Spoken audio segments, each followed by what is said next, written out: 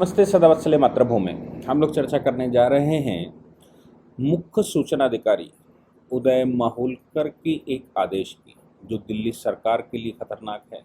दिल्ली सरकार से उन्होंने कुछ सूचनाएं मांगी हैं और उन सूचनाओं पर दिल्ली की सरकार के पास कोई जवाब नहीं है।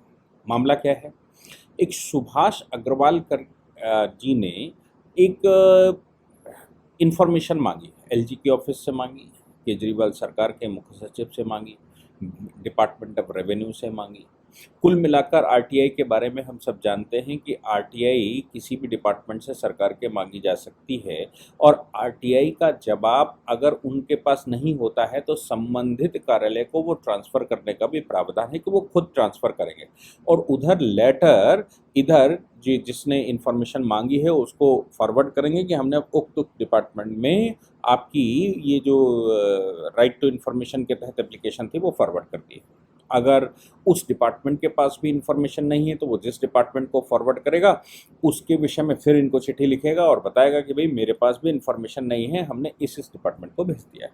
ये प्रावधान राइट टू इन्फॉर्मेशन में है। राइट टू इन्फॉर्मेशन के मामले में सबसे पहले हमको जानना चाहिए कि राइट टू इन्फॉर्मेशन एक्ट जब बना 2005 में, उससे पहले फ्रीडम ऑफ इंफॉर्मेशन एक्ट 2002 था। फ्रीडम ऑफ इंफॉर्मेशन एक्ट 2002 जब पास हुआ था, उस कानून में वो ट्रायल पर चला था। उस कानून में संशोधन करना था कि अगर इसको चलाया जाए और इस पर जो जो संशोधन की आवश्यकता पड़े तो बाद में उसको करना है। 2004 में वाजपेयी जी की सरकार चली गई थी तो संशोधन करने के बजाय right to freedom of information act को ख़त्म करके उसी को नया नाम दे दिया गया था राइट टू इन्फॉर्मेशन एक्ट। और राइट टू इन्फॉर्मेशन एक्ट 2005 के नाम से आई, जो संशोधन के बाद मतलब प्रोविजनली जो शुरू की गई थी, दोबारा स्थायी रूप से वो right to freedom of information act right to information act बनकर निकला था। राइट टू इन्फॉर्मेशन एक्ट में बीच बीच में कई संशोधन किए जाते रहे हैं, जैसे इन्फॉर्मेशन जो मैक्सिमम पब्लिश की जा सकती है वो इन्फॉर्मेशन पब्लिश कर दी जाए और वो इन्फॉर्मेशन वेबसाइटों पर, जैसे ही वेबसाइटों का जाल बिछाया गया तो ये आदेश भी उसमें है कि वेबसाइटों पर उसको पब्लिश कर दिया जाए ताकि इन्फॉर्मेशन कोई अगर चाहता है तो वो इन्फॉर्मेशन मांगने की बजाय वो उस पर रहे। ये भी राइट टू इन्फॉर्मेशन एक्ट 1901 में, यानी कि जो फ्रीडम ऑफ इंफॉर्मेशन एक्ट है, freedom of speech and expression है, वो राइट टू इन्फॉर्मेशन भी 1901 में ही आता है। ये सुप्रीम कोर्ट के जजमेंट है। तो फिर जब हम मुझे इन्फॉर्मेशन होनी चाहिए, वो इन्फॉर्मेशन आप पब्लिश कर दीजिए। होता क्या है कि राइट टू इन्फॉर्मेशन में अभी भी एक बड़ा खेल ये खेला जा रहा है कि जैसे ही आप इन्फॉर्मेशन मांगेंगे तो फिर या तो वो डिफ़ॉल्ट पर खारिज कर देते हैं कि इसमें आपने पिता का नाम नहीं लिखा, इसमें आपने पता सही नहीं लिखा, इसमें आपने अपना वोटर आईडी कार्ड नहीं लगाया, इसमें आपने अपना वो आधार कार्ड नहीं लगाया, एड्रेस प्रूफ नहीं है। ऐसे बहुत सारे इन्फॉर्मेशन जिनको इन्फॉर्मेशन नहीं देनी है वो इस तरह से उसको जवाब लगाकर वापस कर देते हैं कि साहब आपकी रिजेक्ट की जाती है। बहुत सारे डिपार्टमेंट ऐसे भी हैं जो सिर्फ इतना कहते हैं all information are available on the website. जिनको काम नहीं करना, जिन अधिकारियों को जवाब नहीं देना है, उनका तरीका ये है कि वेबसाइट पर सब अवेलेबल है, आप देख लीजिए। हकीकत ये है कि वेबसाइट पर अवेलेबल होने के बावजूद जब मैंने 10 रुपये आपको दिए हैं या मैंने उस इन्फॉर्मेशन का पेमेंट आपको किया है तो आपकी जिम्मेवारी बनती है कि वो इन्फॉर्मेशन आप हमें प्रोवाइड करें। केवल आंसर ये मत दे दीजिए कि इन्फॉर्मेशन वेबसाइट पर पड़ी हुई है। अगर आप ये आंसर देते हैं कि इन्फॉर्मेशन वेबसाइट पर पड़ी हुई है तो फिर मेरे जो पैसे 10 रुपये आपने लिए हैं या मेरे से जो शुल्क लिया है उस शुल्क का क्या मतलब होता है? क्या वो शुल्क वापस किया गया है या फिर आप अपनी जो कार्य पद्धति है उससे भटक रहे हैं? लेकिन बहुत कुछ ऐसा होता है हमारे यहाँ। खैर, सुभाष अग्रवाल जी ने इन्फॉर्मेशन मांगी थी कि जो इमामों की सैलरी है दिल्ली में वो कौन देता है, कितनी है, कितने इमाम हैं, कितनी ऐसी मस्जिदें हैं जिसमें की सैलरी दी जाती है। तो इसमें दो विषय एक साथ इंक्लूडेड हैं, इसलिए ये जो जवाब था ये दो जगह से जवाब आना था।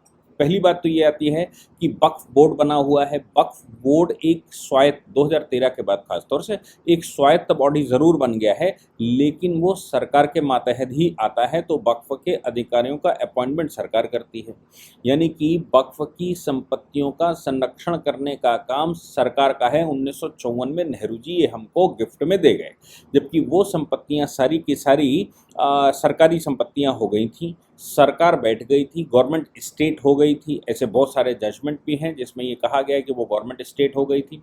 और सरकार होने के बाद नेहरू जी को बड़ा कलख लगा और उनको लगा कि जो लोग पाकिस्तान चले गए हैं वो संपत्तियों जहाँ नमाजें पढ़ते रहे, जहाँ जहाँ वो ज़मीनें छोड़ गए हैं, वो पाकिस्तान नया हिस्सा बन गया, फिर भी जो पब्लिक लैंड छोड़ गए हैं भाई उस पर तो वक्फ बनाकर चलना चाहिए, तो उन्होंने वक्फ बना दी।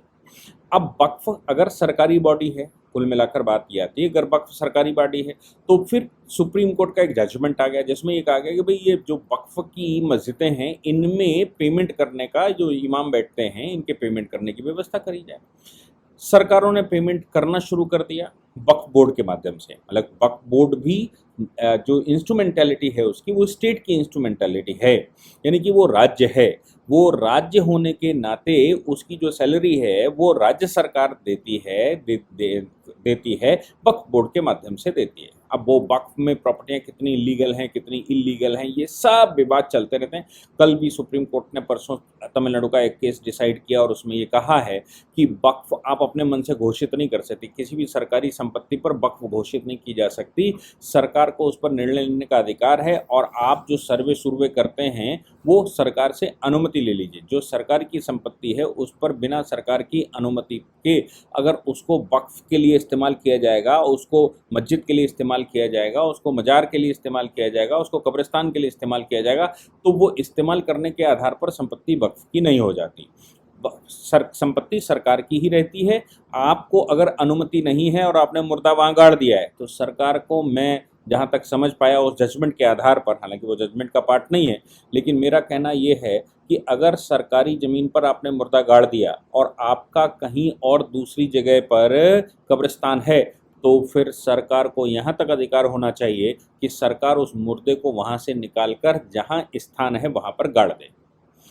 ये बिल्कुल वैसे ही है जैसे किसी भी चौराहे पर आप टिकटी लगाकर उसको दाह संस्कार करने लगेंगे, तो सरकार ये बर्दाश्त नहीं कर सकती। ये सरकार की जिम्मेवारी है कि उस चौराहे पर जो दाह संस्कार हो रहा है उसको उठाकर घाट पर ले जाएं जहां पर दाह संस्कार का स्थान है। कुल मिलाकर सरकार ने जहां पर ब्यूरल ग्राउंड बना रखा है आप वहीं पर जाइए। लेकिन वक्फें, चूंकि वक्फ में राज्य सरकारों का बहुत बड़ा इन्वॉल्वमेंट होता है, आएगी राज्य सरकार तो उसमें इंस्ट्रूमेंटली सरकार की होती है, इसलिए सैलरियां भी सरकार ही देती है। तो सुप्रीम कोर्ट का ऑर्डर था कि सरकार सैलरियां दे, सैलरी वक्फ बोर्ड के माध्यम से दी जाएगी। तो एक विषय तो ये है कि वक्फ बोर्ड के कब्जे में कितनी मस्जिदें हैं, वो मस्जिदों में कितने इमाम हैं, उन इमामों पर सरकारी धन कितना खर्च किया जा रहा है, वक्फ बोर्ड का धन कितना है और सरकार कितना देती है अलग से। अगर वक्फ बोर्ड के पास अपना अपना है, क्योंकि वक्फ बोर्ड चीज़ें किराए पर भी उठाता है, वक्फ बोर्ड बेचता भी है, वक्फ बोर्ड वक्फों को ट्रांसफ़र भी करता है और उनको लीज भी करता है, तो वक्फ की आमदनी का अपना साधन है। तो वक्फ बोर्ड क्या इमामों की सैलरियां वो उस कमाई से दे रहा है जो कमाई वक्फ बोर्ड को हो रही है, या फिर वक्फ बोर्ड को अलग से सरकारें फंड कर रही हैं? तो ये बात तो जानने वाली है कि भाई अगर सरकारें अलग से फंड कर रही हैं तो क्यों कर रही हैं, वक्फ बोर्ड खुद मैनेज करे। और वक्फ बोर्ड नहीं मैनेज करता तो आप ज़बरदस्ती वहाँ नमाजें क्यों करवा रहे हो सरकारी ज़मीन पर? क्योंकि वक्फ बोर्ड आफ्टर ऑल सरकार इंस्ट्रूमेंटली ऑफ स्टेट है, और वो तो सब सरकारी ना, स्टेट है ना, सरकार है। जैसे पाकिस्तान में जितने मंदिर थे वो सब सरकार हो गए, उन्होंने तोड़ फोड़ कर बराबर कर दिए। हमारे यहाँ भी जितनी इस प्रकार की प्रॉपर्टियाँ थी वो सब सरकार हो गई। सरकार को अपने लिए इस्तेमाल करना था, क्योंकि पाकिस्तान को हम 10.5 लाख स्क्वायर किलोमीटर ज़मीन दे ही चुके थे, तो यहाँ पर जो ज़मीन बची वो ज़मीन वक्फ को क्यों चली जाएगी? लेकिन नेहरू जी ने वो दे दी वक्फ को, भाई उनको बड़ा प्रेम रहा होगा वक्फों से। तो यहाँ पर जो परिणाम निकला वो ये है कि वक्फ बोर्ड के पास वक्फ जो मैनेज करती है उसमें कितने इमाम हैं और उनको सैलरियां कौन देता है, कितनी देता है, सरकार कितनी देती है, वक्फ बोर्ड अपने से कितना अरेंज करता है और सरकारी फंड उसमें कितना रहता है, ये आरटीआई का विषय है। एक चीज़ जो दिल्ली में एक्स्ट्रा आई, जो दिल्ली ने क्रॉस कर दी, वो ये थी कि अरविंद केजरीवाल जी के स्टेटमेंट ने ये कह दिया कि हम दिल्ली की सभी मस्जिदों को कॉम्पनसेट करेंगे। अब वो वक्फ की मस्जिदें हैं तो भी और प्राइवेट मस्जिदें हैं तो भी। अब अगर प्राइवेट मस्जिदें हैं तो प्राइवेट मस्जिदों को राज्य सरकार क्यों भाई उनके इमामों को सैलरियां देगी? वो अपना दुकान चला रहे, वो अपना व्यापार कर रहे हैं, वो अपना खोल के रखे हैं, वो जाने। इस बात को लेकर सुभाष अग्रवाल की जो पिटीशन है, जो जो जो आरटीआई की एप्लीकेशन है, उन्होंने ये भी पूछा है कि क्या आपने कुछ प्राइवेट मंदिरों को भी सैलरी की व्यवस्था कर रखी है जैसे आपने प्राइवेट मस्जिदों को कर रखी है? मतलब वक्फ बोर्ड की जो मस्जिदें नहीं हैं उसके अलावा वक्फ बोर्ड, उसके अलावा दिल्ली सरकार कितनी मस्जिदों को पेमेंट करती है, कितनी मस्जिदों में कितने इमाम रखे हुए हैं, कितने इमाम सरकारी, अब उनको पेमेंट करती है मतलब तो सरकारी कर्मचारी हो गए ना।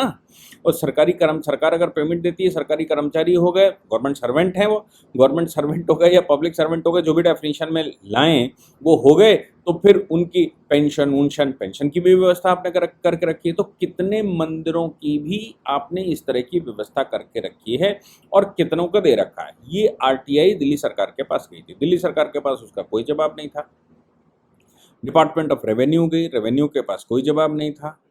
अब जब जब चीफ इंफॉर्मेशन कमीशन के पास गई तो चीफ इंफॉर्मेशन कमीशन ने वो जो न्यूज़ रिपोर्टें थीं उन न्यूज़ रिपोर्टों को हास्यास्पद बताते हुए कहा कि भाई ये तो सब सरकार है, सरकार क्यों दे रही है इसको, इसलिए आप बताएं, आपकी जिम्मेवारी बनती है। तो उन्होंने अब दिल्ली सरकार के सचिवों को, मतलब दिल्ली सरकार के सचिवालय में भेजा कि आप हमें बताओ सैलरियाँ कितनी दी जाती, कहाँ से दी जाती, कितने हैं कितने नहीं।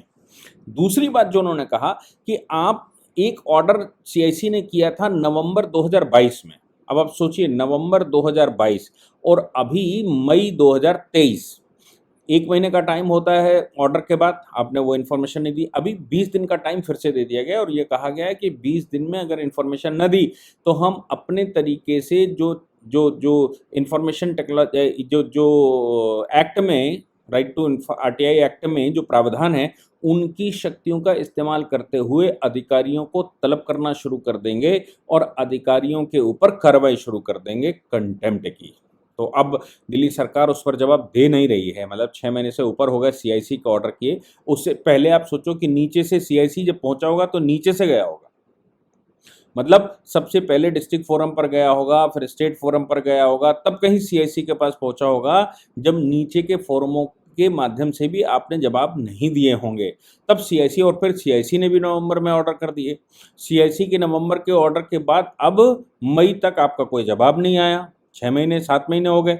अब वो कार्रवाई करने के लिए मजबूर हैं। अब वो कह रहे हैं कि हम इस पर, तुम हमारे ऑर्डर का पालन नहीं कर रहे हो इसलिए अब हम इस पर कार्रवाई करेंगे अधिकारियों के ऊपर। देखते हैं क्या होता है, लेकिन दिल्ली सरकार उस पर जवाब दे नहीं पा रही है, किसी के पास जवाब नहीं है। कहाँ से जाता है पैसा, क्यों जाता है, किस मद में दिया जाता है, किस प्रावधान में दिया जाता है, लेकिन जा रहा है। जय हिंद, जय भारत, वंदे मातरम।